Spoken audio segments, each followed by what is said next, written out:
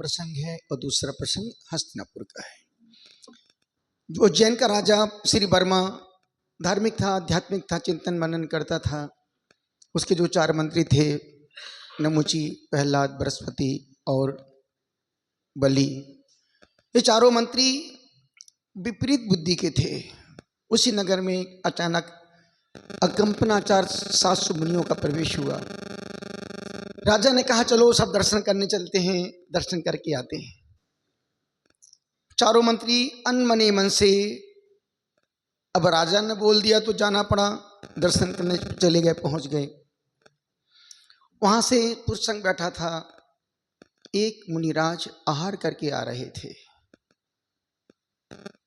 श्रुत सागर मुनिराज।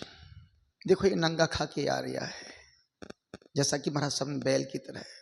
कुछ भी और अब छोटे अपशब्द कहे, उन्होंने कोई जवाब नहीं दिया, चुपचाप चले आए।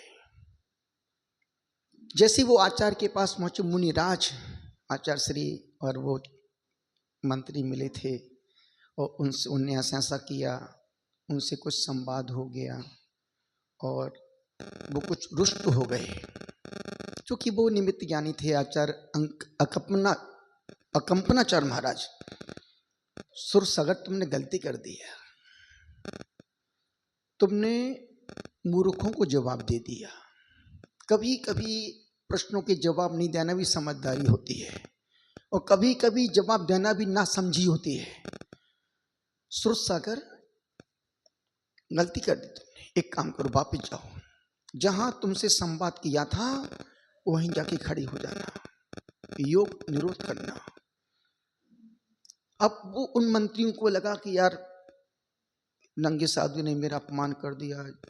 प्रश्न के उनने प्रश्न पूछे, उन्होंने जवाब देते गए। जब वो वापिस गए, रात में प्लानिंग की कि यार चलो उनको अपन देखते हैं, मारने पीटने के लिए पूरी दल बल के साथ में चलो चलते हैं और संघ को अच्छी पिटाई करेंगे और यहां से निकाल देंगे। चारों मंत्री रात में पहुंचते हैं, देखा अरे ये नंगा तो यहीं खड़ा है। उस पर खूब गालियां बकी, कोई प्रतिकार नहीं। खड़े थे आंख बंद करके, कायुसर की मुद्रा में श्वास से नमोकार मंत्र पढ़ रहे थे। जैसे उन्होंने एक निगाह, मारो इसको, धड़ गर्दन को धड़ से अलग कर दो। एक ने, भैया ये सच है कि हर व्यक्ति डरता है पाप से, पहले कौन मारे, जो मारेगा वही मरेगा। एक ने हिम्मत, बलि ने हिम्मत की, तलवार यूं किया और उसी समय वन देवताओं ने उन चारों को कील दिया। और एक यूं खड़ा, एक यूं कर रहा है, एक उनको मारने के लिए दौड़ रहा है। चारों कील। सुबह 7 बजे लोग दर्शन करने जा रहे थे आचार्य महाराज के। अरे ये क्या हुआ है? वो समाचार पहुंचा राजा वर्मा के पास कि तुम्हारे मंत्री उन मुनि को देखो मार रहे थे, देवताओं को कील दिया। श्री वर्मा रोते गिड़गिड़ाते पहुंचा, महाराज मुझे माफ कर दो, इन मूर्खों की नादानी से संघ का अपमान हुआ है, मुझे माफ कर दो। आचार्य महाराज, जो नाराज वो महाराज नहीं, प्रकाश, जो नाराज वो महाराज नहीं, और जो महाराज वो नाराज नहीं। आशीर्वाद दिया, वर्मा चला तो गया वापिस। उसने गांठ बांध, इन मूर्खों को इन्होंने संत का अपमान किया, और संत का अपमान हरि गुरु निंदा सुन ही जे काना, पाप होए गोवध समाना। इन्होंने गुरु का अपमान किया। जितने गाय के शरीर में रोम होते हैं उतने समय तक उनको दुख भोगना पड़ता है। वर्मा ने सोचा, राजा वर्मा ने सोचा, उज्जैन के राजा ने, अरे यार इनको तो गधे पे बैठाला, काला मुंह किया, देश निकाला दे दिया। चारों अपमानित होकर के जा रहे थे, धीरे चलते चलते पहुंच गए हस्तिनापुर। हस्तिनापुर पहुंच गए। पद्म राजा हस्तिनापुर का मालिक पड़ोसी राजा से परेशान था, सिंबल राजा से दुखी था। जैसे अपना भारत पाकिस्तान सिरदर्द बना हुआ है। भले कुछ भी नहीं कर सकते पर सिरदर्द तो सिरदर्द ही है। ये चारों खुरापाती खोपड़ी के मंत्री थे, नमूची, बली, प्रहलाद, बृहस्पति, और चारों खतरनाक खोपड़ी के थे। इन्होंने एक प्लानिंग की कि पद्म राजा का दुश्मन है सिंहबल राजा, क्यों ना पद्म राजा के पास जाकर के, क्यों तुम शरीर को सुखा रही हो, क्यों चिंता करके मर रहे हो, आप मुझे 3 दिन का समय दो, मैं आपके पड़ोसी शत्रु को आपके चरणों में लाके पटक दूंगा। इतना सुनना था कि पद्म राजा तो खुश हो गया, यदि ये ऐसा हो गया तो मैं तुमको जो मांगो वो इनाम दूंगा। 3 दिन का समय दो। 3 दिन का समय दिया गया। उन्होंने एक ऐसी गुफा बनाई कि सीधे सिंहबल राजा के पास निकले। वहां जैसी चारों पहुंचे, चारों ने बहरूपिया का रूप धारण किया। मंत्री से कहा कि भाई 4 मंत्री आए हैं, मिलना चाह राजा से, सिंहबल राजा से मिलना चाहते हैं, लेके आओ अंदर। जैसे एक पीएम की तक पहुंचने का प्रोटोकॉल होता है, उसी प्रकार राजा के पास पहुंचने का प्रोटोकॉल था। 3, 4, 5 द्वार बंद किए और एक बहुत अंदर गुफा के लेके गए चारों मंत्रियों को, और लेके गए। राजा पूछ के, राजा क्यों राजा परेशान हो रहे हो, जब तुम्हारे पास हम जैसे बुद्धिमान मंत्री हैं, क्यों तुम पद्म राजा से डरती हो। वहां पद्म राजा से कहा मैं उसको बंदी बना के लाता हूं, और इस सिंहबल राजा से कह रहे हैं क्यों तुम दुखी, मेरे होते तुम परेशान हो रहे हो। मुझे आपसे एकांत में बात करना है। हम पद्म राजा को यहां ला सकते हैं। उसके मन, अरे यार पद्म राजा यदि यहां आ गया फिर तो बस पूरा साम्राज्य अपना हो जाएगा। उसने कहा मैं एकांत में अब बात करना चाहता हूं सिंहबल राजा से। कहा बलि, नमूची, प्रहलाद ने उनको एकदम दूर लेके गए, और दूर लेके गए वहीं से उसको बांध बूंद करके लेके आ गए पद्म राजा के पास। और पद्म राजा के चरणों में जैसे उस सिंहबल राजा को छोड़ा, पद्म राजा कहते ओ शाबाश, आज तूने मेरी रातों की नींद जो हराम थी, आज तूने मेरी दिल की खुशी को जीत लिया, आज तूने मेरे मन के सम्राट को जीत लिया है। मांगो तुम्हें क्या वरदान चाहिए।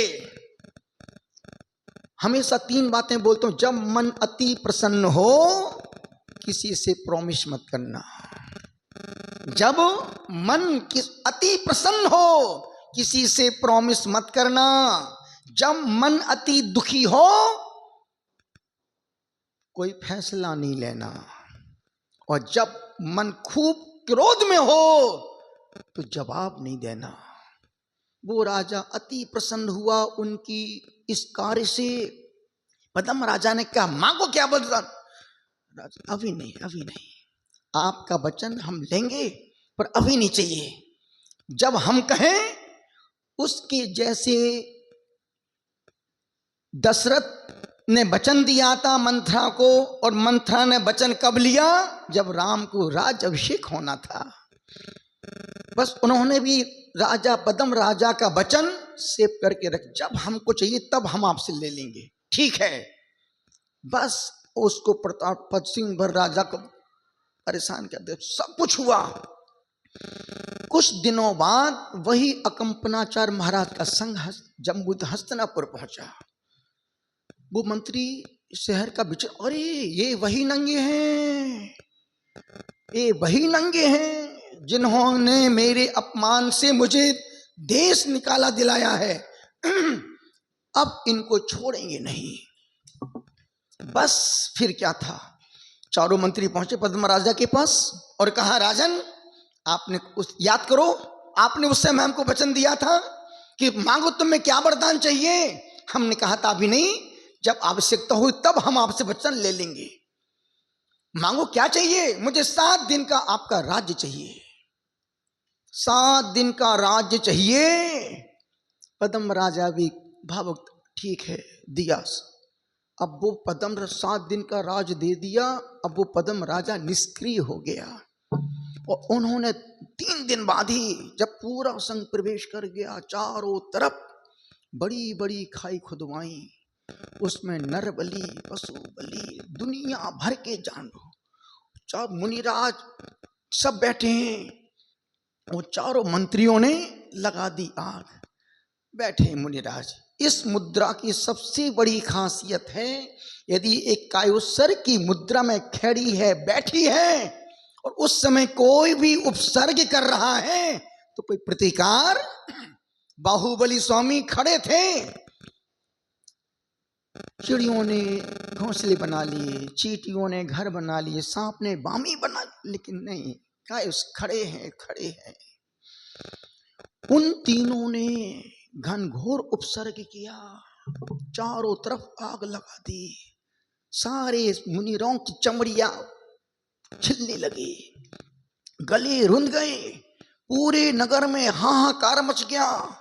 बचाओ बचाओ बचाओ, माँ बेटे से कह रही है, बेटा तूने मेरी कोख से जन्म लिया हो तो उन मुनिराज की रक्षा करो। भाई बहन भाई से कह रही है कि भाई यदि तू मेरा सच्चा भाई हो तो जाके उनकी रक्षा करो जिन पर उपसर्ग हो रहा है। पूरा नगर धुआं से सब बैठे हैं, यहां उपसर्ग हो रहा है, और वहां पर मिथिला नगरी धरणीधर पर्वत पर सार चंद्र महाराज जो ध्यान कर रहे थे, अचानक रात के 1:30 बजे क्षुल्लक पुष्पदंत पास में बैठे थे। पुष्पदंत स्वामी 1:30 बजे क्या हुआ आपको, क्या हुआ?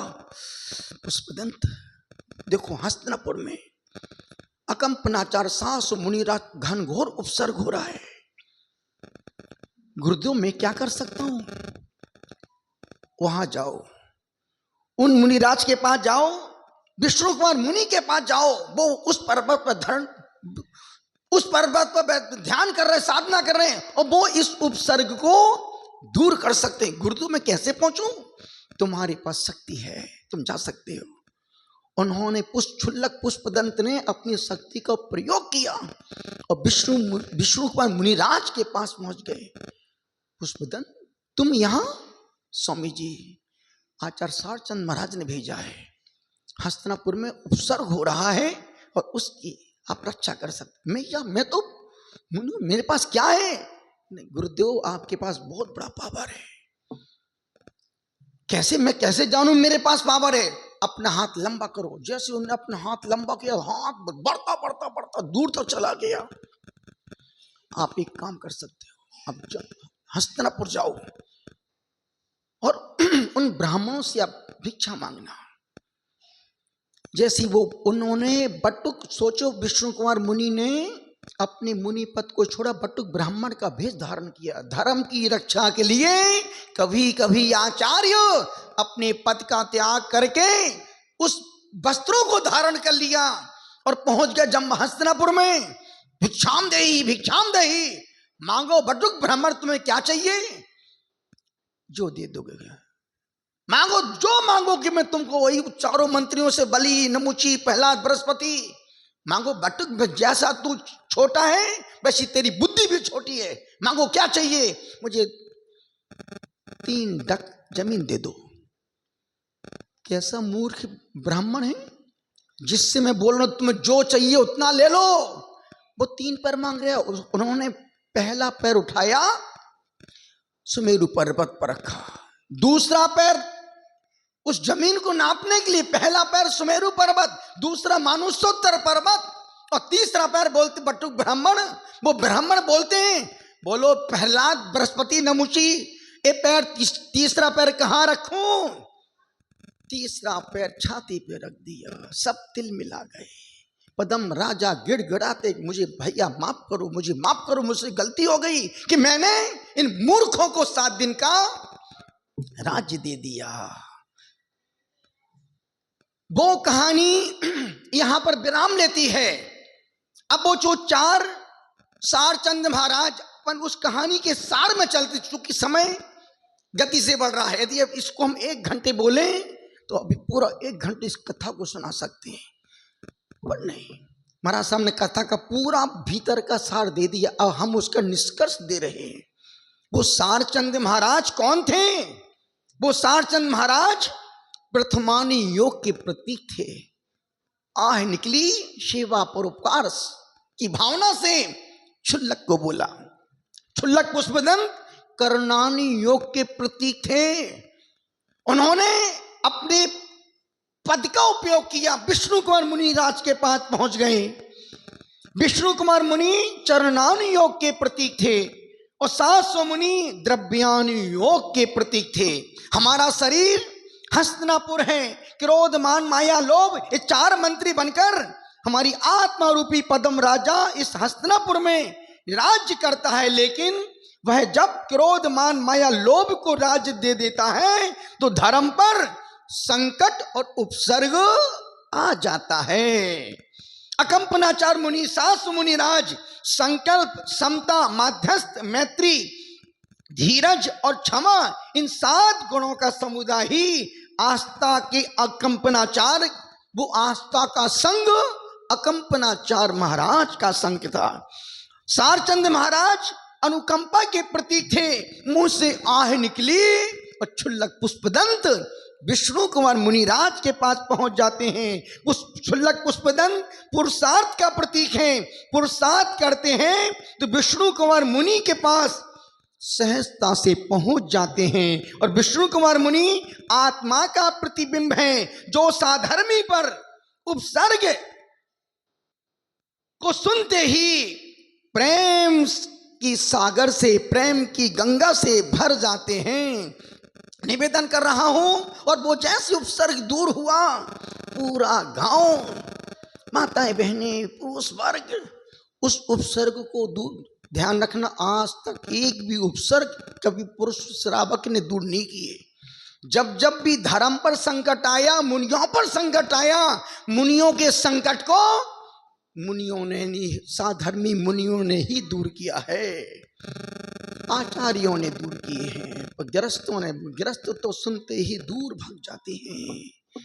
उस समय श्रावक कोई पास में फटक देखनी, कोरोना में आहार देने वाले नहीं थे। कौन मरे हैं दिव्या, कौन मरे कौन जाए, सिर्फ जो थे वही आहार करवाते। कोरोना में देखनी, कोरोना में क्या हाल था। निवेदन कर रहा हूं, ये भारत देश और आज का दिन 5 पर्वों से जुड़ा है। आज पहला श्रेयांश नाथ भगवान का मोक्ष कल्याणक है। दूसरा प्रसंग लव कुश ने आज के दिन सिद्ध अवस्था को प्राप्त किया था। तीसरा प्रसंग राम आज के दिन ही वन को गए थे। चौथा प्रसंग भगवान श्री कृष्ण ने द्रौपदी की लाज बचाई थी। और 5वां प्रसंग आज भाई बहन का रक्षा का त्योहार है। निवेदन कर रहा हूं, अनुरोध आपसे कर रहा हूं, यही कह रहा हूं, रक्षाबंधन भाई बहन का त्योहार बाद में है, पहले भक्त और भगवान का त्योहार है, गुरु और शिष्य का त्योहार है। कल एक दिन कहा था ना कि गुरुओं की पिछी पे राखी बांधना बच्चों का खेल नहीं है। ध्यान रखना, एक जन्म के पुण्य से साधर्मी श्रावक का दर्शन मिलता है।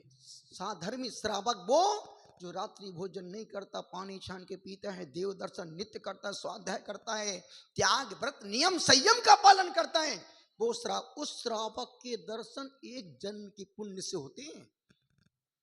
और 5 जन्म के पुण्य से व्रती श्रावक जो 2, 3, 4 प्रतिमाधारी श्रावक हैं, उन व्रती श्रावक के दर्शन 5 जन्म के पुण्य से मिलते हैं।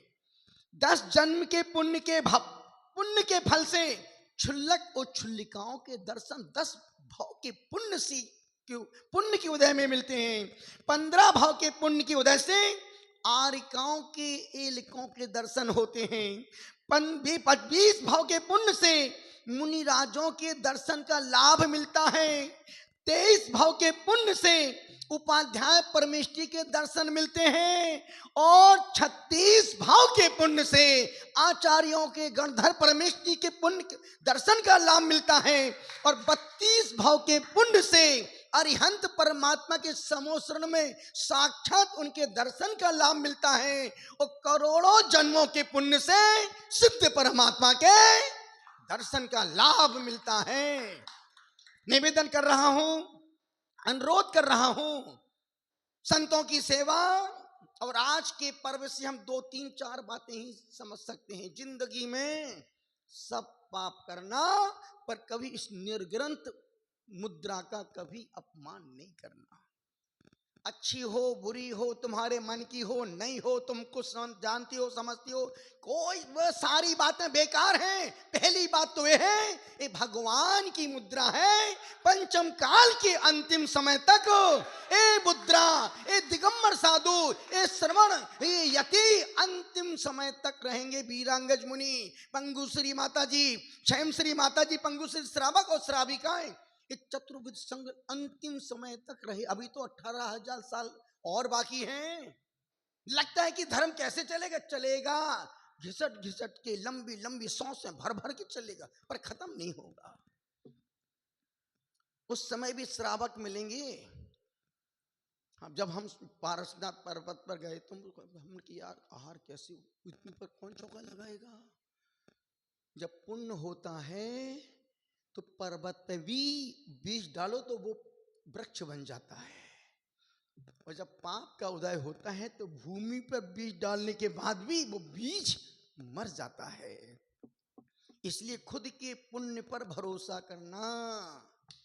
निवेदन कर रहा हूं, आज की तारीख में सिर्फ यही संकल्प लेके जाना है कि जिंदगी में कभी इस मुद्रा का, मुनि मुद्रा का, त्यागी वृत्तियों का कभी अपमान नहीं करना, सम्मान नहीं कर सकते। तो भैया वो ऐसा कर रहे हैं, दिमाग मत लगा बाबू। बस इस बात, यदि कहीं कुछ हो रहा है उस समय 3 बातें याद रखना। जो जैसा करेगा वो वैसा भरेगा। हम तुम होते कौन किसी को सुधारने? जब एक पिता अपने बच्चे को नहीं सुधार पाता है तो मुनि को क्या सुधारोगे? और तुम्हारे पास है क्या तुम जो उनको सुधारोगे? खुद का रात्रि भोजन छूटता नहीं, आलू प्याज छूटते, गुरुओं को सुधारेगा नहीं। निवेदन कर रहा हूं, जो जैसा करेगा वो वैसा ही भरेगा। यदि किसी मुनि में, किसी त्यागी वृत्ति में कहीं कोई कमजोरी, कुछ कमी दिखे, एक डायरी पेन अपने पास रखना और उसमें नाम लिखना कि यार फलाने के दर्शन करने गया तो वो ऐसा कर रहे थे, वो इतनी देर तो ऐसा कर रहे, वैसा कर रहे थे, लिखना। और फिर नीचे एक लाइन लिख देना, जब मैं भविष्य में मुनि बनूंगा तब मैं एक गलती में नहीं करूंगा। तो उसमें तुम्हारा सम्यक दर्शन सुरक्षित रहेगा और तुमने कहीं इनको मैं सुधार के रहूंगा, तेरे भाव और बिगड़ जाएंगे पर वो सुधरेंगे नहीं। इसमें सुधार है। यदि कोई मुनि में कोई गलती, कोई कमी दिख रही है, जब मैं भविष्य में मुनि बनूंगा तब मैं एक गलती में नहीं करूंगा, ये सुधार का काम है। तीसरा पाप, जिंदगी में दुनिया में सब पाप करना पर माँ बाप का अपमान कभी नहीं करना। कितना ही तुम पैसा कमा लो, कितना ही तुम बीवी को खुश कर दो, लेकिन माँ बाप के दिल को दुखा के तुम अब पैसा कमाओगे, जिंदगी भर वो पैसा तुम्हारे काम, डॉक्टर का वो तुम्हारे कमाई का पैसा डॉक्टर खाएंगे, वकील खाएंगे, पर तुम उसका भोग नहीं भोग पाओगे। कम कमाना, माँ बाप की डांट कोई अपमान नहीं है, गुरु की डांट कोई अपमान नहीं है, भाई की डांट कोई इंसल्ट नहीं है, पर अपनों की बातें अपनों को जहर लगती हैं। अपनों की बातें अपनों को, यदि बाहर, यदि आप ट्रेन में जा रहे हैं, किसी को गाली बकदी को देखा कि यार बहुत मजबूत आदमी, कुछ नहीं बोलते हो, तुरंत फटाफट खिसक जाते हो, एक कदम और आगे बढ़। और घर में कोई भैया, भाई, कोई कुछ भी एक शब्द बोल दे, फिर देखो घर में महाभारत। अरे घर की अपनों की बातें सहनी और दुनिया तुमको कुछ भी बोले, ढक्का मार, 2 चांटे भी लगा दे, कुछ नहीं बोलता है व्यक्ति, क्योंकि व्यक्ति को अपनों की बातें सहन नहीं हो पाती। दुनिया का अपमान सहन कर लेगा, पर घर में कोई 19-20 हो जाए, घर छोड़ के बाहर। हमारी औकात है कितनी? जिन्होंने जन्म दिया, जिन्होंने बड़ा किया, खड़ा किया, पैदा किया, और हमने उनको क्या दिया? सिर्फ दुख, परेशानी, बीमारी, टेंशन, अपमान। ये अच्छी औलाद के लक्षण नहीं है। कितना पैसा कमाओगे माँ बाप का अपमान करके? और कल ये परसों कहा था हमने, आज की यदि कोई माँ बाप बीमार परेशान है तो वो अपने से परेशान नहीं है, अपनी औलाद से परेशान है। यदि सासू बीमार है तो बहू की हरकतों से परेशान है। व्यक्ति शरीर से बीमार कम है, मन से ज्यादा बीमार है। और मन की बीमारियां डॉक्टर के बाप भी ठीक नहीं कर सकते, मैं लिख के दे सकता हूं। बस माँ बाप की बीमारी इतनी, मेरे बेटा मुझे पूछता नहीं, मेरी बहू मुझे पूछती नहीं, दिन भर बकती, जवाब देती, सब प्रश्न करती हैं। माँ बाप चाहते मेरा बेटा एक बार तो पिता, पापा आप कैसे हो? दुनिया को अब कोई भी लड़की को बोलते है I love you, I love you, I miss you. कभी अपने माँ बाप से कहा पिता, मम्मी आई लव यू, पापा आई लव यू? एक बार बोल के तो देखो, उनकी छाती 48 इंच की हो जाएगी। उनसे बोलते हैं जिनसे कोई मतलब नहीं, उनसे बोलो जिन्होंने तुमको अपनी रातों की नींद हराम करके तुमको पैदा किया, बड़ा किया, खड़ा किया और तुमको योग्य बनाया। और आज तुम उनके ही नहीं हो पा रहे हो। जो अपने माँ बाप का नहीं हो पाया वो कभी बीवी का हो ही नहीं सकता। निवेदन कर रहा हूं, पत्नी पसंद से मिलती है, पत्नी पसंद से मिलती है, माँ बाप तो तकदीर से, किस्मत से मिलते हैं।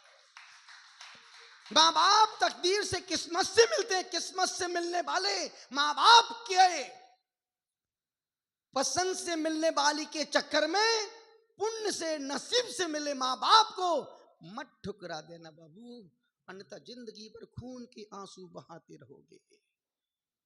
पैसा सुख नहीं देगा। यदि माँ बाप का आशीर्वाद है तो तुम रेगिस्तान में भी पानी निकाल के पी लोगे।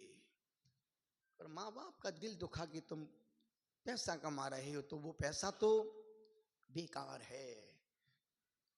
हमने अनुभव किया है, जो शिष्य गुरु के संग को गुरु छोड़ के भागे हैं, एक भी सुखी नहीं है आज की तारीख।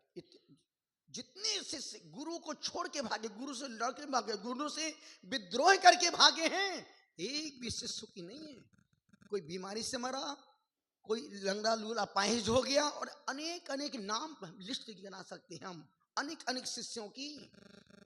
देखने हमारे पुण्य सागर जी महाराज गुरु का अपमान करके भागे थे, मिनटों में निपट गया, जी नहीं, पूरी जिंदगी जी नहीं पाए। ऐसे कितनी नाम हैं।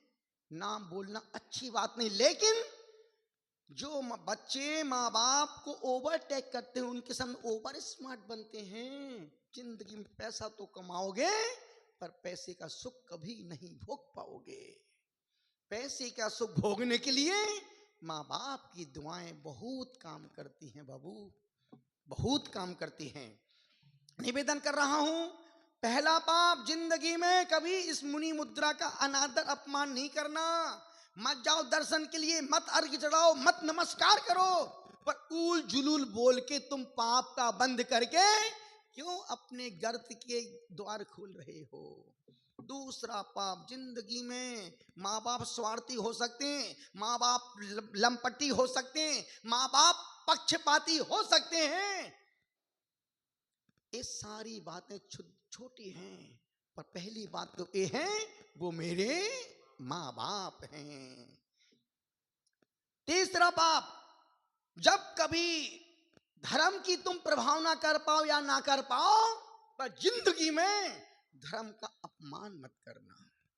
यदि जैन कुल में तुम पैदा हुए हो अच्छी बात है, पर जैन कुल में पैदा होने के बाद यदि तुम अजैनों की शादी में, अजैनों की पार्टी में, रात में तुम होटल में बारात खा रहे हो, तुमने जैन धर्म का अपमान कर दिया। धर्म की प्रभावना नहीं कर सकते हो, मत करो, पर धर्म का अपमान करना भी अच्छी बात नहीं, घर में आके खाओ। पर अजैनों की शादी में आज रात में जाके होटल में खाना, विशेष पर्वों के दिन खाना, रात में जाके खाना और एक साथ 10-20 को और लेके जाना, तुमसे बड़ा इस धर्म का गद्दार धर्मद्रोही और दूसरा कोई हो ही नहीं सकता है। इसलिए निवेदन कर रहा हूं, अनुरोध कर रहा हूं कि आज संकल्प का दिन है कि जब कभी धर्म पर संकट आएगा, तुम धर्म की रक्षा करो या ना करो, पर धर्म के लिए तुम विद्रोही मत बन। अभी कल ही सुन रहा था, एक अभी मध्य प्रदेश में गंज बासौदा, एक लड़की जैन अच्छी पढ़ी लिखी लड़की ने एक किसी लोहार लड़के के साथ शादी कर ली, भाग गई। माता पिता ने एक समाचार निकला, मेरी बेटी मर गई है, 25 तारीख को शोक सभा है। और बाकी में बहुत अच्छा, मैं तो उस चीज का मैं पक्षधर हूं। यदि तुम्हारी बेटी तुम्हारे कुल के वंश को उल्लंघन करके अजैन दूसरे कुल वंश में शादी करती है, मैसेज निकल मेरी बेटी मर चुकी है, जो जीते जी तुमको रोज रोज मारे, उससे अच्छा तुम उसे एक समाचार निकालो कि मेरी बेटी मर चुकी है। अब इसका घर से कोई संबंध नहीं है और इसकी एक सभा, शोक सभा रखी है। क्यों? जो बेटी एक धर्म की नहीं हो सकी, अपने माँ बाप की नहीं हो सकी, वो दूसरे की कभी हो ही नहीं सकती। और ऐसी बहुत सी बेटियां जो तैयार बैठी दूसरे के लड़कों को भागने के लिए, लड़कों के साथ, मुसलमान के साथ, ब्राह्मणों के साथ।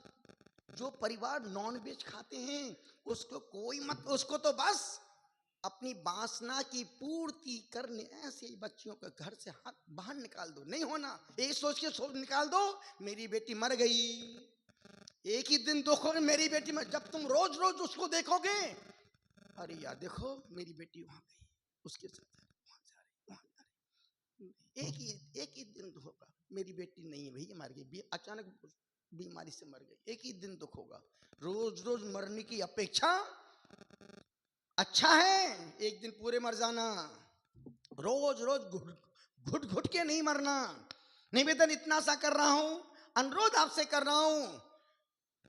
पद्म राजा खूब रोया, गिड़गिड़ाया मुनिराज के चरण। मुझे नहीं पता था कि ये दुष्ट मंत्री हमारे मुनियों पर ही इस प्रकार का उपसर्ग कर देंगे। निवेदन कर रहा हूं, अनुरोध आपसे कर रहा हूं, ये पर्व रक्षाबंधन का पर्व संकल्प का पर्व है, समर्पण का पर्व है, माँ बाप के सम्मान का पर्व